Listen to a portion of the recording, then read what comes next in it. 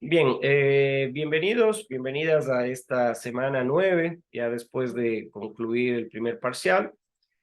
Vamos a ver la unidad 3. Es una unidad en la cual me gusta mucho porque aquí ya toca temas importantes que tienen referencia a nuestro país, a su realidad nacional, a su diversidad cultural, como su nombre lo dice en esta asignatura. Entonces, Ecuador, por ejemplo, como está manifestándose en esta primera diapositiva, en donde utilizamos algunos conceptos importantes para introducirnos en las definiciones de cultura, introducirnos en las definiciones de diversidad cultural.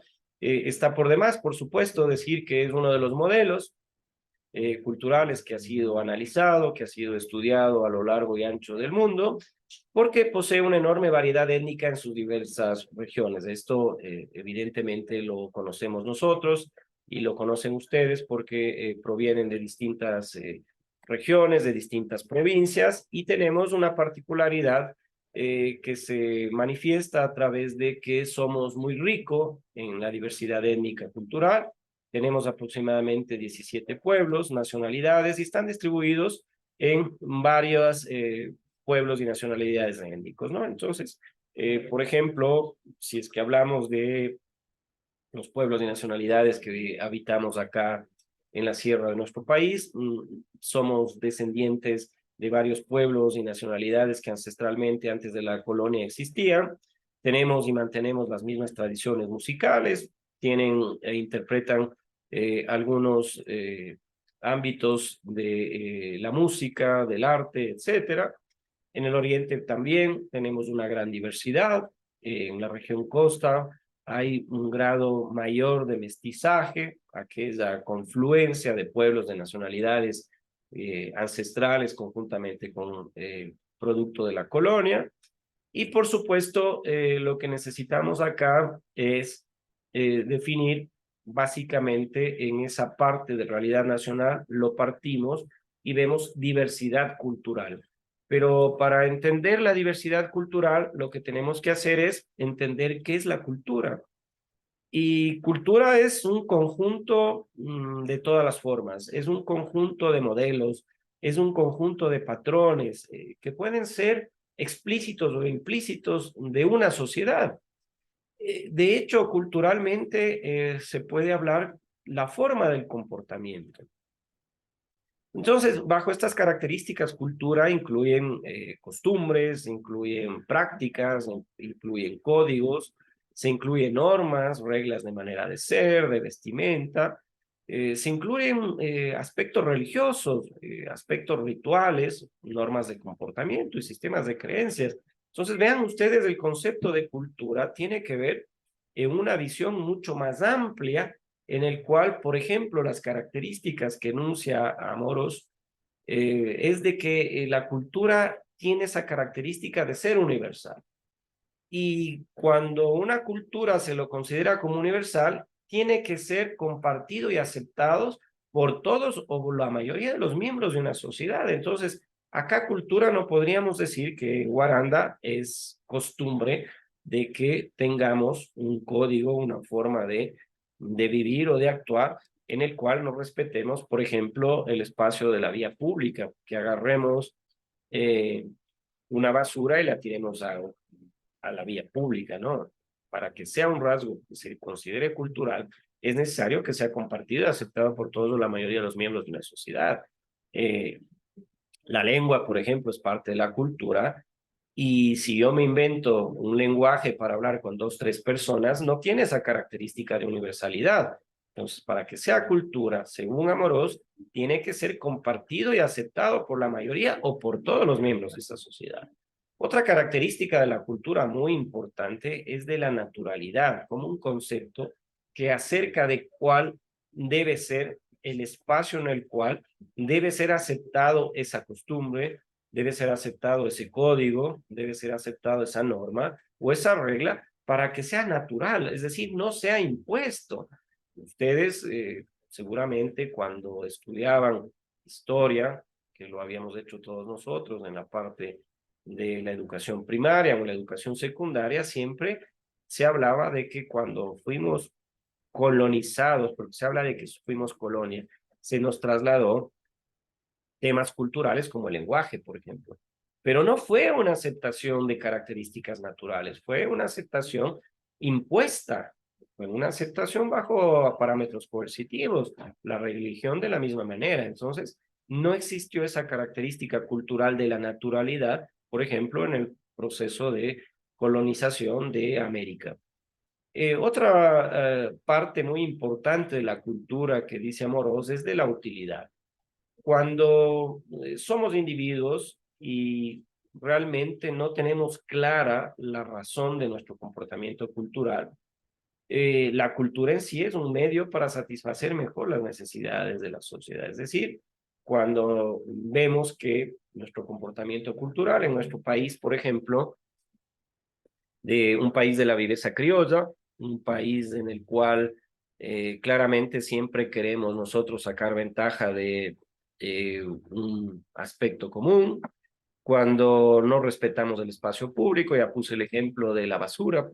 Vamos a Quito, vamos a Guayaquil, a Caguaranda, Ambato, donde fuese, y estamos tomando un helado y agarramos y tiramos la basura o el palito del helado a la calle.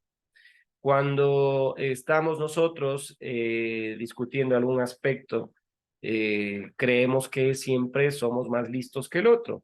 Y este comportamiento claramente hace ver de que queremos que la cultura sea un medio para satisfacer las necesidades de la sociedad. ¿Y qué ocurre con esos ecuatorianos que viajan a Europa, que viajan a otros países y ven que individualmente ese comportamiento está en contra de aquello que en otros países piensan sobre una manifestación cultural? Ahí ya no podrían ser el más vivo, ahí ya no podrían, por ejemplo, tirar la basura hacia una calle, una acera, porque sería sancionado y culturalmente se vería monstruoso aquello.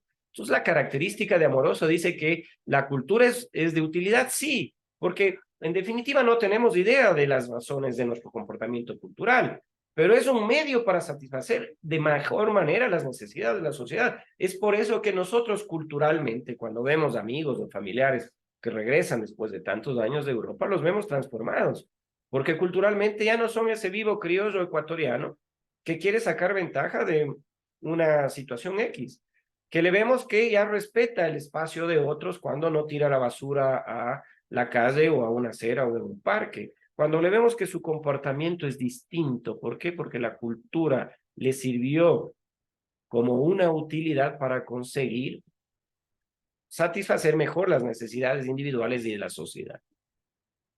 La cultura tiene que ser dinámica, por supuesto. La cultura cumple una función que es práctica, pero cambia conforme cambian las razones que condicionaron su aparición. Entonces, las culturas son dinámicas y eso se ve, por ejemplo, en el comportamiento cultural de aquellos que, por ejemplo, ancestralmente utilizaban de pueblos y nacionalidades una vestimenta que era su forma de vestir, que era su identidad, que era su forma de mostrarse al mundo, pero hoy muchos hijos de aquellos dirigentes de comunidades, de organizaciones y pueblos y nacionalidades indígenas ya no se visten con esas características, cambian las razones que condicionaron su aparición. Entonces es dinámica la cultura.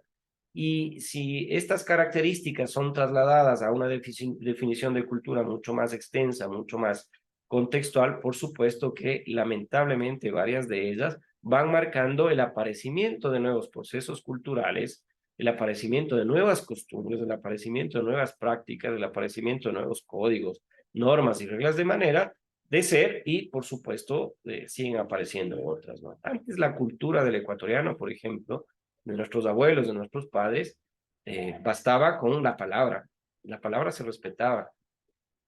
Y hoy lamentablemente, pese a que la palabra ha perdido valor, incluso documentos que son validados bajo un notario público u otros, no se los toma en consideración. Entonces vean ustedes cómo culturalmente va cambiando, ¿no?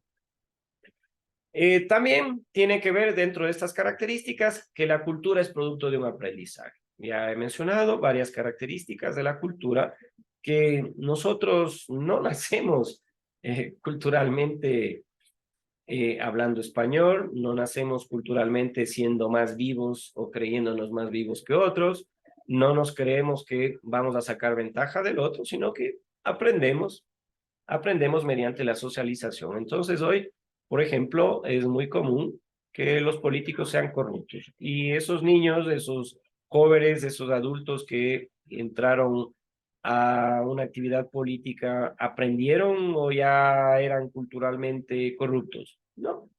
El sistema provocó que se socialice, que vayan aprendiendo paulatinamente que la apropiación de bienes sociales, colectivos, sea común que se apropien. Y es un producto del aprendizaje. La cultura no estática, no, ya dijimos que era dinámica, va a seguir evolucionando, va a integrar viejas ideas con nuevas, va a desaparecer las viejas ideas y ojalá emerjan nuevas ideas que fortalezcan, en el caso concreto de nuestro país, culturalmente su presencia dentro del contexto de un país muy pequeño, rico regionalmente, rico en biodiversidad y por supuesto con una diversidad cultural que claramente está definida en tantas regiones y está definida, por supuesto, en esta posibilidad de tener pueblos y nacionalidades que hablan su propia lengua, en pueblos y nacionalidades que tienen sus propias costumbres, que tienen sus propias vestimentas y que claramente tienen sus propias manifestaciones culturales. Importantísimo, la ecología. ¿Cómo nosotros, dentro de un sistema, porque definamos sistemas, un conjunto organizado de elementos que interactúan entre sí, y nosotros somos un sistema, por supuesto, somos un sistema de seres humanos, un sistema social, es una sociedad que nos permite a nosotros adaptarnos al hábitat. Y la cultura también se adapta al hábitat. Y culturalmente se está adaptando, en el caso concreto de nuestro país, a esos procesos, por ejemplo, de corrupción. Que el político sea corrupto, ecológicamente estamos viendo que el sistema político, quien entra ya, está marcado por un proceso claramente de corrupción. La estructura social, por supuesto, es una manera en la cual, como habíamos visto con ustedes, cuando tocábamos los modelos económicos, se mantienen y dan un orden a la vida social. En esta área podemos encontrar a grupos, por ejemplo, políticos, a grupos comunitarios, a grupos sociales que dominan la cultura. ¿Y cómo lo hacen? Porque mantienen esta posibilidad de que la cultura sea una manifestación, por ejemplo, a través de la música, a través del arte, por ejemplo, la danza, ¿no? Y vemos que dentro de estas estructuras sociales, en nuestras comunidades, en nuestros pueblos y nacionalidades indígenas, hay grupos que se dedican claramente a representarnos a nosotros dentro de los espacios que sean necesarios para que puedan evidenciarse y verse cómo la cultura en nuestro país, en Guaranda, en la provincia de Chimborazo, en otras provincias también van manifestándose en el aspecto cultural. La parte ideológica, cuando nosotros hablamos en la ideología, no estamos hablando de ideología política, sino es una forma de pensar, es una característica mental, es cómo nosotros vemos a la población, cómo nosotros vemos a la forma de relacionarnos con otros grupos sociales que no creen o no piensan igual que nosotros, cómo se relacionan con el ambiente, es decir, esa ideología, esa manifestación individual mental y la relación que tiene con otros grupos de la sociedad y, por supuesto, con el medio ambiente. Eso se manifiesta en la ideología. ¿Y cuál es nuestra ideología? Por ejemplo, con el medio ambiente. En nuestro país hay una constitución que garantiza los derechos de la naturaleza. Y hoy se nos está preguntando el 20 de agosto, ¿qué quiere el Ecuador? Explotación o no de recursos no renovables, petróleo en una zona tan sensible, un territorio con tantos intangibles como el Yasuní o no. Entonces ahí los ecuatorianos culturalmente vamos a decir que nuestra característica es y nuestro modo de relacionarnos con el ambiente es de respeto al medio ambiente o preferimos que se exploten los recursos no renovables para que estos puedan ser trasladados a, no sé, a ejecución de obras, a lo que pasa. Otra característica que dice Amorós respecto a la cultura y sus características es una distancia del poder. Corresponde a las relaciones interpersonales y cómo se perciben estas diferencias de poder intrínsecamente, ¿no? Entonces la cultura también va manifestándose en este ámbito, ¿no? Cuando hablamos de la evitación de la incertidumbre como una característica de la cultura, hablamos del grado, es decir, la presencia que tienen las personas dentro de una situación en la cual puede ser ambigua, no conocida, y que tienen creencia e instituciones que ayudan a evitar esta incertidumbre. Entonces, esta evitación de la incertidumbre va a ser el grado en el cual las personas se sienten amenazadas, cómo estas personas con situaciones ambiguas y creencias e instituciones ayudan a evitar esta incertidumbre, ¿no? Cuando hablamos de cultura, también hay un aspecto característico, un grado en el cual los papeles de la orientación de género están definidos, masculinidad, feminidad, la cultura va manifestándose también en estos ámbitos de la vida, no solamente en nuestro país, sino en el contexto general. El individualismo, por supuesto.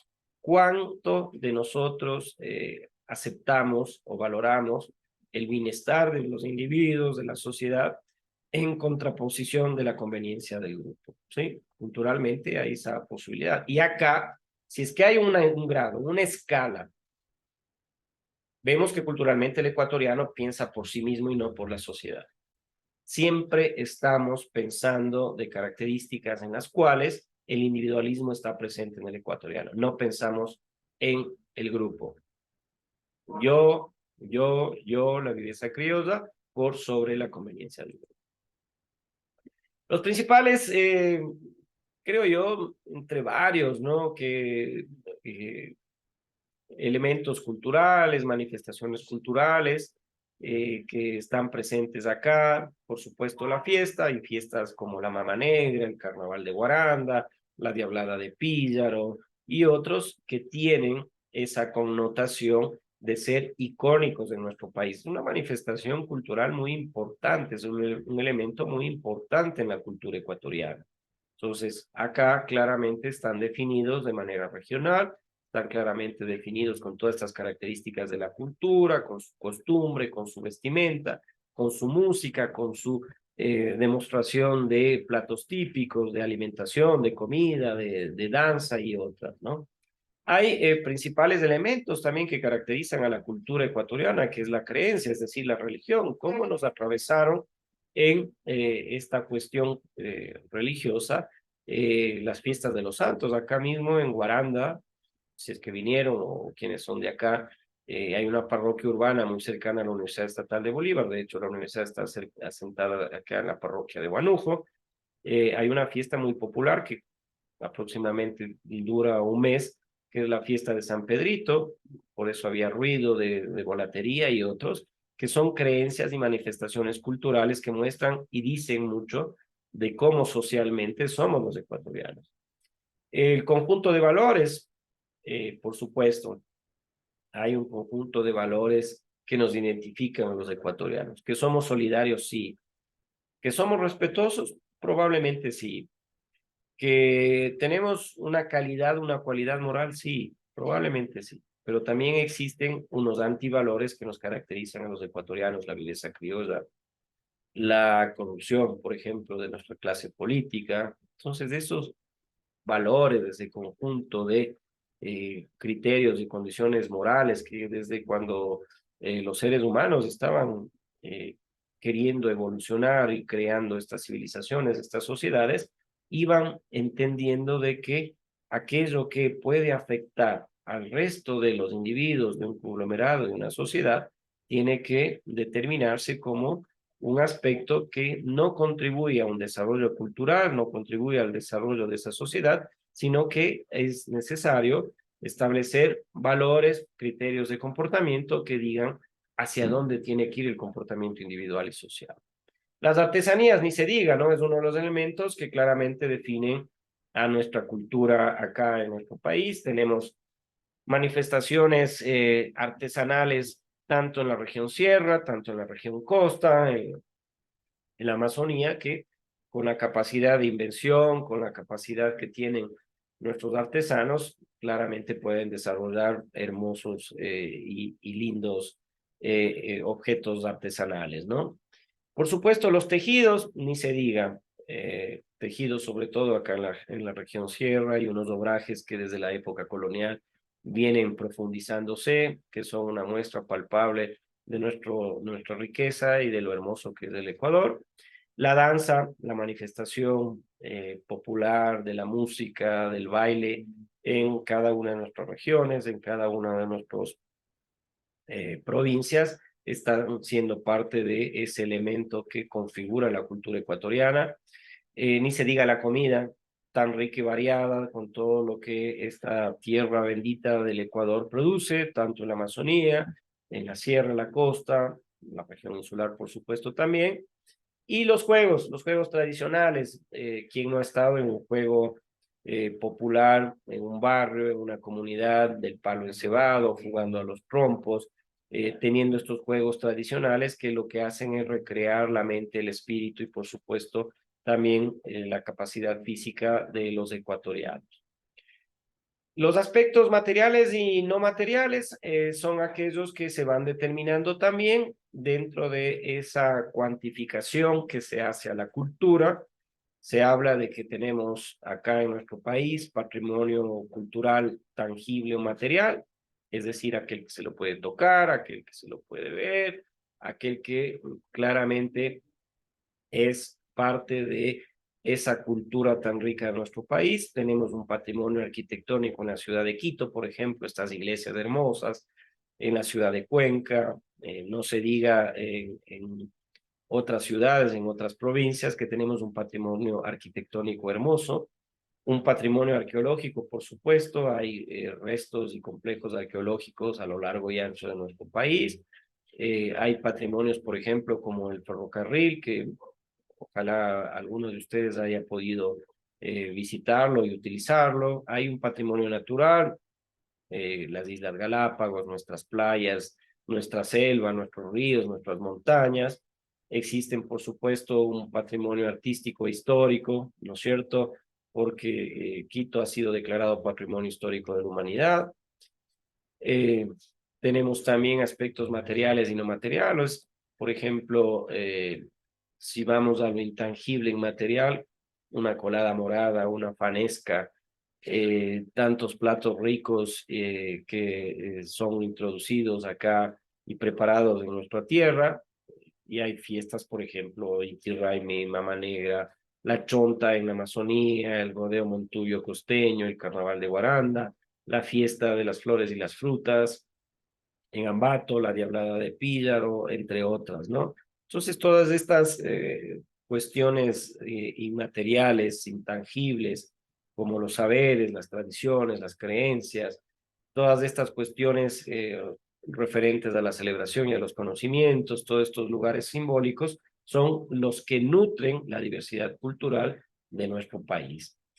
Este proceso, por supuesto, tiene que ver cómo nosotros, a partir de una expresión cultural, vamos estableciéndonos una integración étnica y cultural, como lo hacen, por ejemplo, los inmigrantes, que son claramente grupos étnicos minoritarios en un momento determinado que tienen establecido como común y van alienando a una comunidad mayor o dominante ese aspecto cultural. Y esa presunción de que los elementos generales son una garantía de convivencia cultural dentro de un Estado o territorio es la que motiva el inicio de dicho proceso, ¿no? Entonces, este proceso de articulación, de integración de grupos étnicos culturales hacia otros, por supuesto, es aquel momento en el cual las culturas confluyen y se van iniciando una apropiación cultural. Esta culturalización y transculturalización tienen que ver, por ejemplo, con procesos por los cuales el contacto continuo entre dos o más sociedades diferentes va a generar un cambio cultural. Y se puede generar de dos procesos distintos, de dos formas distintas. Por ejemplo, en el caso en el cual las creencias y las costumbres de ambos grupos se fusionen en condiciones de igualdad, dando lugar a una única cultura. Es decir, tenemos tantos ecuatorianos en España que nos hemos trasladado hacia España y produce que nuestras creencias, nuestras costumbres, tanto de los españoles madrileños como de los ecuatorianos, se confluya en o se fusione en una sola y dar lugar a una única cultura. Y el caso más frecuente es el de que una de las sociedades absorbe los esquemas culturales de la otra a través de un proceso de selección y modificación. Cuando ocurren estos procesos diferentes de un contacto continuo de dos sociedades distintas, generando un cambio cultural, causa una dominación política o militar que por lo general provoca notables alteraciones psicológicas y una gran inquietud social. Es decir, tanto cuando se fusiona como que el de una sociedad absorbe los esquemas de otros, lamentablemente esta culturalización y transculturalización provoca conflictos militares. Esto ocurrió, por ejemplo, en la conquista española, cuando fuimos colonizados, y claramente ese es un proceso por el cual existió una culturalización. Y la transculturalización es un proceso gradual, por el cual hay varios rasgos hasta culminar en una culturalización. Este ámbito se supone que la enseñanza o el intercambio de rasgos culturales de una cultura más desarrollada a otra menos desarrollada provoca que exista cambios de época. Entonces, la cultura, por ejemplo, de la sociedad feudal evolucionó hacia una cultura de la sociedad industrial. ¿Y qué ocurría el cambio de la cultura de la sociedad agraria o feudal a la industrial? Recuerden ustedes, cuando veíamos la sociedad feudal, no todos querían trabajar en la agricultura. Y se fundaron los burgos, y los burgos se fundaron en las ciudades que conocemos hoy. Fue el inicio de las ciudades. Entonces, ese cambio cultural fue un proceso gradual que estableció rasgos de una cultura hasta culminar en otra. ¿Y cuál era la cultura? Que ya no quería la gente vivir en el campo, en la zona rural, quería desarrollar otro tipo de cultura. Por ejemplo, los artesanos querían desarrollar sus artefactos, querían desarrollar los herreros estas herramientas, y esto fue un cambio cultural desde el feudalismo a la sociedad industrial. Y ahí, desde la sociedad industrial hasta lo que hoy conocemos como la sociedad del conocimiento. La cultura hegemónica, para seguir con estos conceptos, es un concepto que fue establecido por un filósofo y explica cómo en un momento determinado de la historia existen sociedades que aparentemente son libres, que aparentemente son diversas, que son dominadas por clases sociales. Entonces, estas percepciones, estas explicaciones, estos valores y creencias de sectores llegan a ser vistos como norma y llegan a ser vistos como una transformación de estándares que tienen validez universal o de referencia de la sociedad. Esto va a beneficiar a todos en cuanto esta realidad beneficia a un sector dado. Entonces, esta cultura hegemónica también se lo ha conocido como una cultura burguesa, una cultura elitista, una cultura erudita u otras. Entonces, esta cultura hegemónica, por ejemplo, hoy, es la cultura de la sociedad del conocimiento. Todos,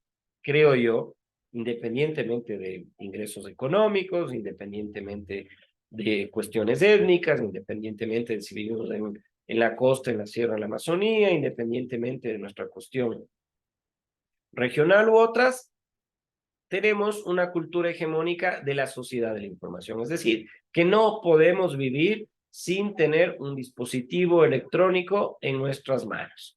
Si no es un computador, es una tableta; si no es la tableta, es el celular, etcétera. Es una cultura que hoy lamentablemente nos lleva a depender de un recurso tecnológico, de un instrumento tecnológico. ¿Y esto a quién beneficia? Por supuesto, a aquellos que se dedican a la fabricación de estos equipos electrónicos y, por supuesto, al software, es decir, a los programas que los desarrollan. ¿Cómo se entiende la interculturalidad? La cultura y la interculturalidad tiene que ver con un conjunto de patrones, ¿no? Esas manifestaciones artísticas, esas manifestaciones literarias, esas manifestaciones creativas que son manifestaciones que son consumidas, que son creadas por un pueblo común y corriente como nosotros, una comunidad, un pueblo y nacionalidad, un barrio, con una cultura académica que es más elitista, que está centrada en medios de expresión tradicionalmente valorados como alta cultura, ¿no? Una gran sinfónica. Muchos de nuestros jóvenes, de nuestros adultos que tocan su violín, que tocan su guitarra, su acordeón, su bombo, que cantan y entonan el carnaval de Guaranda, que cantan en sus comunidades, que cantan para una manifestación cultural, enriquecer a sus pueblos y nacionalidades, no tienen una cultura académica, probablemente no estudiaron música, probablemente no fueron a un conservatorio, que quienes desarrollan este tipo de culturas sí son elitistas, pero la cultura popular está relacionada con el folclore, es decir, cómo nosotros en nuestras manifestaciones culturales, sin ser elitistas, sin haber tenido una cultura académica, somos el elemento fundamental que traslada justamente este conjunto de patrones culturales y manifestaciones artísticas y literarias, ¿no?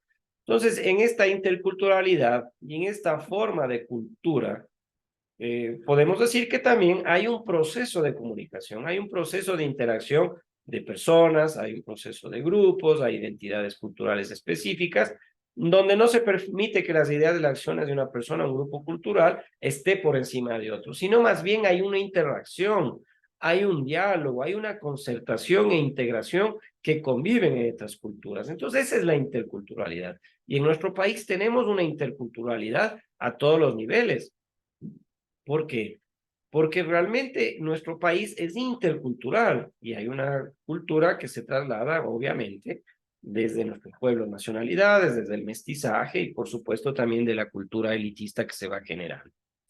Contracultura y subcultura, bueno, son definiciones que también se las tiene que tomar en consideración para efectos de esta clase, en donde claramente hay valores, tendencias y formas establecidas que chocan dentro de una sociedad. Esa es una contracultura, ¿no? Esta contracultura se usa para referirse, por ejemplo, a movimientos que se organizan, que son visibles, que afectan a las personas y van a persistir durante un tiempo determinado, ¿no? Entonces, hay contracultura en todos los aspectos de la vida de los seres humanos. Acá no hay contracultura, sino más bien hay una inmersión, por ejemplo, de música que tradiciones, forma de vestir, que son trasladadas desde otros países, que es un proceso de alineación cultural. Pero la contracultura sí tiene que ver con esa tendencia de chocar con parámetros establecidos dentro de una sociedad. Y la subcultura puede formarse a partir de temas de edad, temas de género de los miembros, y estas cualidades van determinando que una subcultura aparezca y pueda ser estética. La subcultura puede ser política. Puede existir una subcultura que manifieste una identidad sexual distinta, o puede ser también una combinación de ellas. Entonces, la subcultura va a definirse a menudo por tener una oposición a valores de la dominante a la que pertenece. Entonces los jóvenes, por poner un ejemplo, y está en la parte de abajo, en este párrafo de la diapositiva que ustedes están viendo, adoptan posiciones y cuestiones expresivas, modas que son importadas. Y se identifican con el resto de su grupo, se manifiestan, por ejemplo, cómo los niños están viendo una serie de televisión y su papá, su mamá les compra una vestimenta de su héroe favorita, de Spider-Man. Y ven niños por la calle vestidos de Spider-Man. Otro niño probablemente tenga otro héroe, probablemente exista gente que le guste otra clase de música, rock, por ejemplo, rock pesado, les vemos vestidos de esta manifestación cultural musical del tipo de música que escuchan, vestidos de negro. Entonces, todas estas cuestiones de contracultura y subcultura tienen que ver a cualidades que van determinando el comportamiento individual o de la sociedad y que pueden ser estéticas. Claro, la forma de vestir, que pueden ser políticas, la subcultura de la corrupción. Identidad sexual, sí. Vemos hace pocos días que había un debate en varias ciudades por manifestaciones que querían o desfiles, no sé cómo se llamen, de personas que tienen cuestiones de género definidas bajo otros aspectos y evidentemente querían manifestarse, ¿no? Entonces, en esto de la contracultura y la subcultura, hay tribus urbanas, por ejemplo, hay bandas de música, de rock, movimientos hippies de los 60, hay grupos punks, hay grupos que se van definiendo de una forma distinta a la que habitualmente podemos llamarla normal. Y la subcultura, en el ejemplo, pueden ser elementos culturales que se pretenden destacar como formas de vestir, formas de hablar, formas de comportamiento, el saludo, el baile, el caminar, etcétera. Entonces, es una subcultura, ¿no? Acá la cultura como expresión de poder es un aspecto importante. Ya para ir cerrando, son aproximadamente las 10 de la mañana. Tengo que cerrarlo la grabación en una hora máximo. Entonces, la próxima clase, es decir, el día viernes, ustedes encontrarán ya una clase no síncrona, sino asíncrona, es decir, grabaré la segunda parte de esta exposición de la cultura y le encontrarán el video subido al entorno virtual, ¿no? Esas han sido las disposiciones de quienes coordinan este proceso de la modalidad híbrida. Como tenemos dos encuentros, uno tiene que ser síncrono, grabado y subido, y el otro asíncrono para que ustedes puedan verlo cuando quieran, complementando la segunda parte de esta exposición. Entonces, el poder sí, tiene múltiples definiciones del poder, ¿no? Esta palabra se utiliza para describir aquella facultad, aquella habilidad, aquella capacidad o incluso aquella autoridad que lleva a una determinada acción. Entonces, el poder implica también poseer mayor fortaleza corporal o intelectual frente a otros, frente a un individuo, frente a una sociedad, y se puede garantizar que ese poder se lo alcanza a través de una lucha física, a través de una discusión, a través de procesos democráticos o a través de procesos coercitivos, ¿no? Entonces, hay leyes jurídicas, hay leyes políticas que van estableciendo a la cultura en nuestro país bajo estos parámetros, ¿no? Hay leyes jurídicas y políticas. Por ejemplo, hay una creencia falsa que ya se está desbaratando y yo siempre creo que esta debía haber sido abolida, que el hombre es superior a las mujeres. Para nada, al contrario. Que la educación que se ha ejercido en casa, así como la idea del hombre como el seno familiar, es una ley jurídica y política que ha estado imperando durante muchos años y que tiene que desbancársela porque es una expresión de poder. Hay un sistema de valores también que genera una disputa por el poder, una separación entre sexos, aceptar la violencia como medio de solución, que estaban establecidas en leyes jurídicas y políticas y que eran costumbre en el Ecuador para definir cómo se puede alcanzar el poder, ¿no? Entonces, por ejemplo, matrimonios tradicionales en algunas culturas en las cuales los hombres escogen a sus mujeres independientemente si han alcanzado la mayoría de edad o no.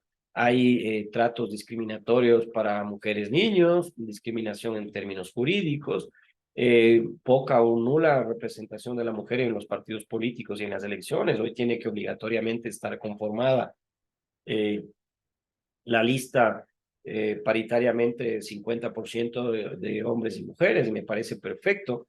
La restricción, por ejemplo, que las mujeres formen parte de estas organizaciones políticas, la incapacidad de entender, por ejemplo, que la violencia contra las mujeres hay que tratarlo con seriedad. Es decir, vean cómo la cultura como una expresión de poder estaba establecido en nuestro país a través de leyes jurídicas y políticas que entendía de que nosotros en nuestro país teníamos claramente una definición de machismo. Y si es que hablamos del poder y la cultura, también es de que la oposición y el gobierno están siempre en disputa por el gobierno y es una cultura de esta identificación que tenemos nosotros culturalmente los ecuatorianos. Esta clase ha terminado en la manera síncrona, se ha cumplido ya el tiempo establecido para su grabación. Ustedes encontrarán de manera asíncrona el video.